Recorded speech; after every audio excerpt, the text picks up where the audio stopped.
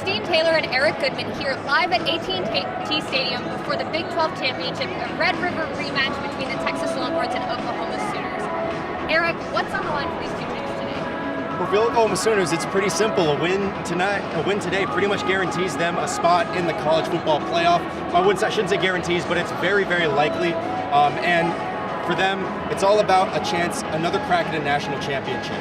On the other side, for Texas, this is a chance for Texas to reestablish their dominance in the Big 12 Conference, a conference they've been, let's face it, pretty irrelevant in over the past few years, fighting for bowl eligibility. They're in a spot today where they can reassert their dominance and say that they are on par, if not with 2 wins, you could even say potentially ahead of the Oklahoma Sooners looking at the future in the Big 12 Conference. Now, many have Oklahoma favored to win today's game by a touchdown, but that was also the case back in October when Texas was able to get the win.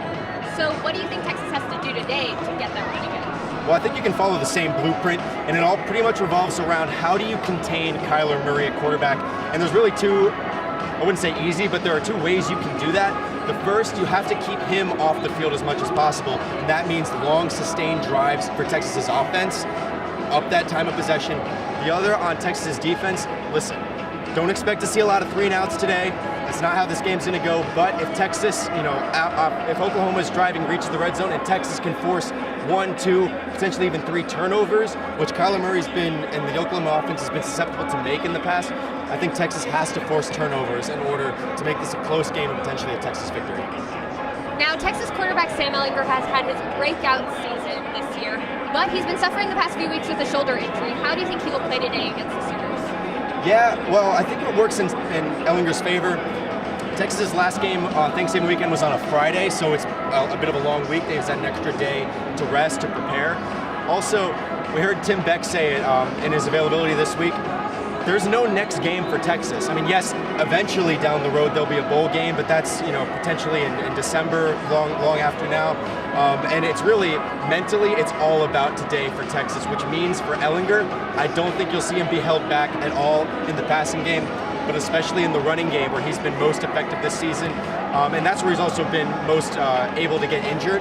And so at a certain point, Texas is going to need some luck where if they unleash Ehlinger on the ground, you just have to hope that he keeps that shoulder protected. Maybe you'll see him take, not go every play. Like, we know Sam doesn't love to slide as much. You may see him try that a bit more today to mitigate those hits. But I don't think he's going to be limited in any kind of X's and O's game plan sense. We'll see about how his arm is actually healthy enough to actually make these passes that we need to make. Now, as we're getting closer to kickoff, what are the keys for the win for each of these teams today? Yeah, Oklahoma, I mean, I don't think anybody can disagree that they are by far the more talented team, especially on the offensive end of the field. And let's face it, this game's about scoring points.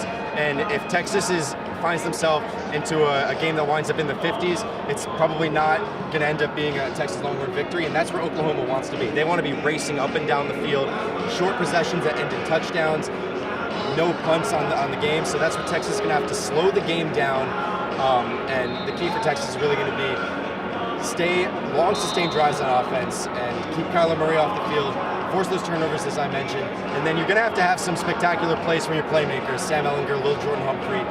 It's going to take a pretty monumental task from Texas. They'll have to play a complete good game, but we've seen they're capable of doing that, and Texas seems to rise to the occasion in times like these, so I definitely wouldn't put it past them to get a second win over their rival today.